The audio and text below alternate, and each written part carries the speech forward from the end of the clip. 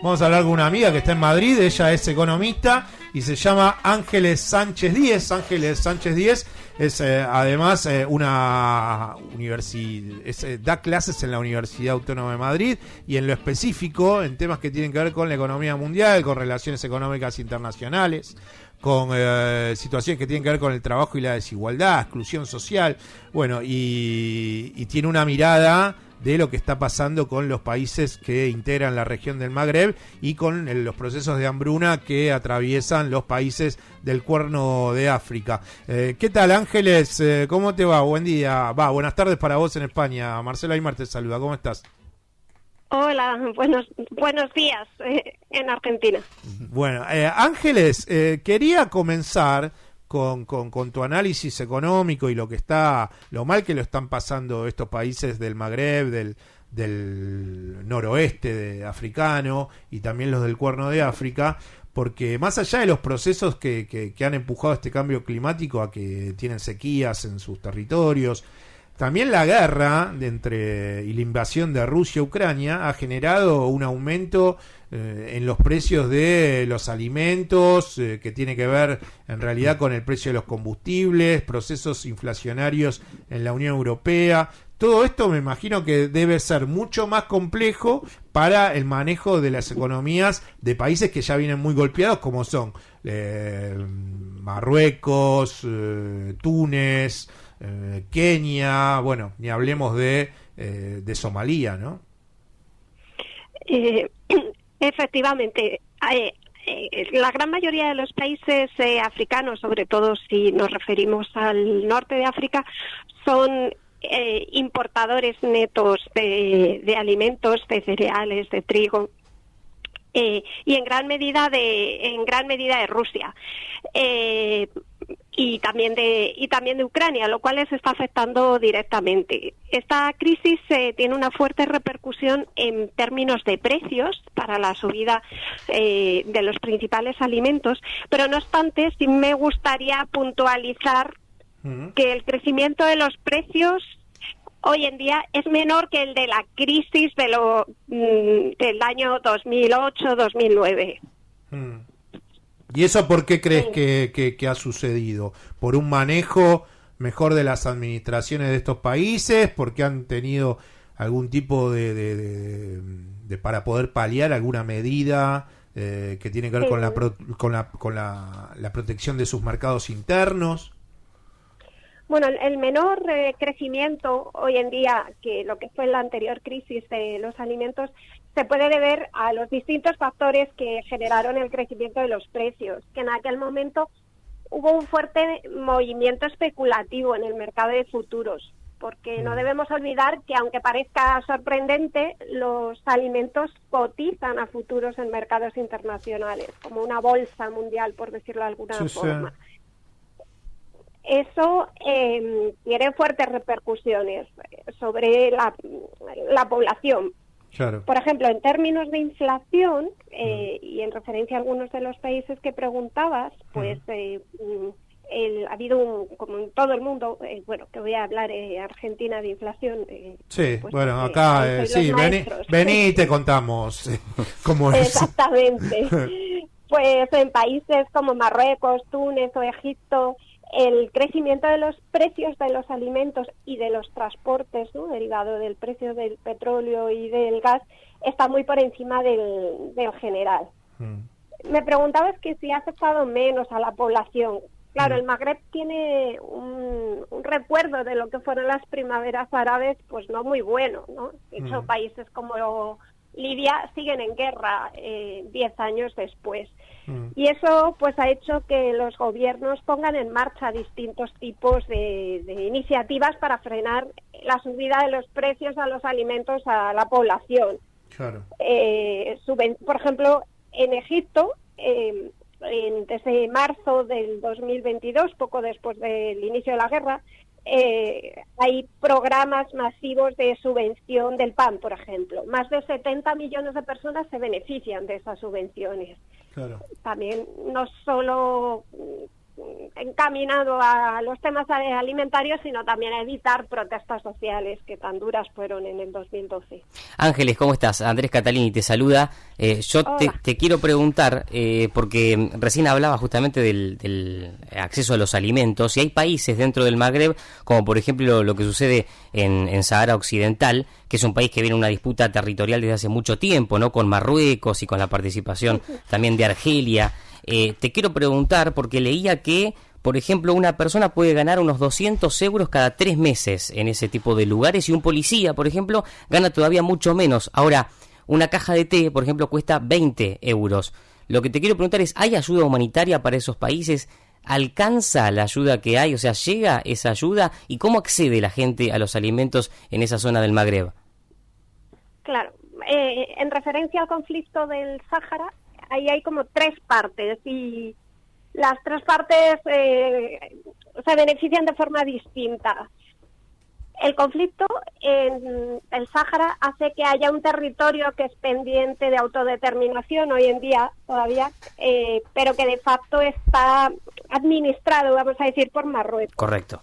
Sí. Esa parte no recibe ayuda humanitaria del exterior, me refiero que no sea marroquí, porque al no ser un territorio reconocido y estar pendiente de autodeterminación, pues ningún gobierno puede actuar ahí. Exacto. Hay un muro ahí aparte, Ángeles, hay un muro ahí, ¿no? Porque después de lo que fue el Frente Polisario, hay un muro que creo que es de 2.000 kilómetros, ¿no? Es un muro muy extenso. Un poco más de 2.000 kilómetros. De lo que era el antiguo Sáhara Occidental, que era una colonia española, claro. El 75% está en manos de Marruecos, y el resto, que está al este del muro, es lo del Frente Polisario. Claro, está bajo control del Frente Polisario, pero también de muchos grupos terrorismo islámico, etcétera, etcétera. Claro, yihadistas. Y ahí, claro, entonces, por otro lado, respecto a la pregunta que me hacíais, sí, la población saharaui que está en ese territorio controlado por el Frente Polisario tampoco recibe ayuda, en tanto que sigue siendo un territorio pendiente de autodeterminación. Si bien es cierto que ahí hay poca gente. Y luego estarían los campamentos de refugiados, que es territorio argelino. Ahí sí se recibe ayuda de la Unión Europea, del Programa Mundial de Alimentos y de cooperación bilateral de países. No, lo que quería tratar de comprender con vos es, me imagino que la economía tunecina, en relación a lo que es Argelia, el Sahara Occidental, Libia, es la que mejor encaminada está. Pero teniendo en cuenta que además son países que tienen niveles de industrialización muy bajos, porque la mayoría de ellos, como los del Cuerno de África, tienen una economía campesina, agraria, esas sutilezas y la diferencia de decir, bueno, a ver, en el Magreb, el país que económicamente le va mejor, te das cuenta que por qué datos o por qué variables en relación a otro país de la misma región terminas diciendo, bueno, es mejor para su población, ¿no? Bueno, sería difícil, me costaría saber en cuál la situación es mejor, porque sobre todo si lo que estamos hablando es de cómo ese bienestar llega a la población, ¿no? Porque los indicadores macroeconómicos no nos permitirían, por los grandes niveles de desigualdad que hay. Pero sí quería señalar una cosa importante con la especialización agrícola, ¿no? que has mencionado. En algunos países muy importante, como por ejemplo Egipto, que es una de las potencias. Sí. Y es que es una de las potencias agrícolas, pero también de los principales importadores de alimentos de Rusia y de Ucrania. Y ahí es importante señalar que, por ejemplo, la cooperación internacional, o bueno, particularmente a la Unión Europea, me voy a referir, que es la que conozco, tiene 2 pilares. No se trata solo de apoyar en este momento por la subida de los precios de los alimentos por la guerra, sino hacer una transformación del sector agrícola para poder mejorar los niveles de autosuficiencia. Porque, claro, es una dependencia muy fuerte de algo que es fundamental, como los alimentos. Y cuando no es la crisis de la guerra, es del cambio climático, cuando no es la especulación de los precios. Entonces, va un poco en esa línea la colaboración con el exterior. ¿Vos considerás que, y con esto cerramos, Ángeles, y agradeciéndote, vos considerás que la idea de una guerra en extenso entre Rusia y Ucrania complicaría a las economías de estas regiones del norte de África? ¿De qué manera? Pues sustancialmente, diría yo, en todos los sentidos. O sea, primero vía alimentos, ¿no? Que es el tema por el que me habéis llamado, porque son importadores netos. Pero después también porque no olvidemos que África tiene estrechas relaciones con Estados Unidos, con Europa, con China y con Rusia también. Por lo tanto, intentar mantenerse ahí en equilibrio cuando los países con los que te relacionas tienen conflictos entre ellos es difícil. De hecho, eso se pone de manifiesto en la votación que hubo en Naciones Unidas, en la Asamblea General de rechazo a la invasión, pues de las 38 abstenciones que hubo, 17 fueron africanas. Y de las 12 ausencias, es decir, países que no se sentaron aquel día a la hora de votar, 8 fueron africanos. Y entre ellos países tan importantes como Marruecos, como Etiopía, como Argelia. Es que la situación no la tienen fácil ni económica, ni diplomática, ni geoestratégicamente. Ángeles, bueno, en las últimas horas ha muerto Carlos Saura. Yo recuerdo de Carlos Saura un final de película, de una película que se llamaba Taxi, que terminaba en el Parque del Retiro. Y ayer cuando pensaba que iba a hablar con vos, decía, bueno, ¿habrá ido a estudiar en alguna tarde madrileña, Ángeles, al Parque del Retiro? ¿Vivís lejos del Retiro? No, vivo cerca. ¿Y metiste alguna materia estudiando en el Parque del Retiro cuando eras estudiante de Economía de la Universidad Autónoma de Madrid? Pues sí, yo estudiaba mucho por ahí. Yo creo que eso es típico en Madrid también. Así que sí. Además... Ahora, además del emblemático Retiro, hay un parque gigante en Madrid-Río, y ahí sí que se ve muchísima gente estudiando. Ahora no, por supuesto, porque hace un frío que pela.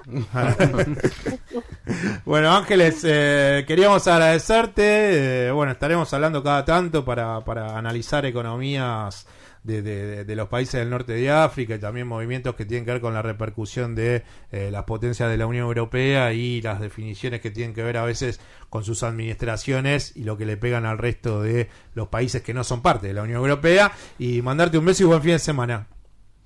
Muy bien, muchas gracias. Igual para vosotros. Abrigate si vas a caminar por el Parque del Retiro. Sí, gracias. Chao, un beso. Quien está hablando con nosotros era Ángeles Sánchez Díez, quien es economista de la Universidad Autónoma de Madrid, y alguno de los temas en donde ella ha tenido especialización es en relaciones económicas internacionales, en cuestiones que tienen que ver con exclusión social, países de la región del Magreb africano, trabajo y desigualdad. Nosotros estamos haciendo Paso a Valores en AM 1420 con vos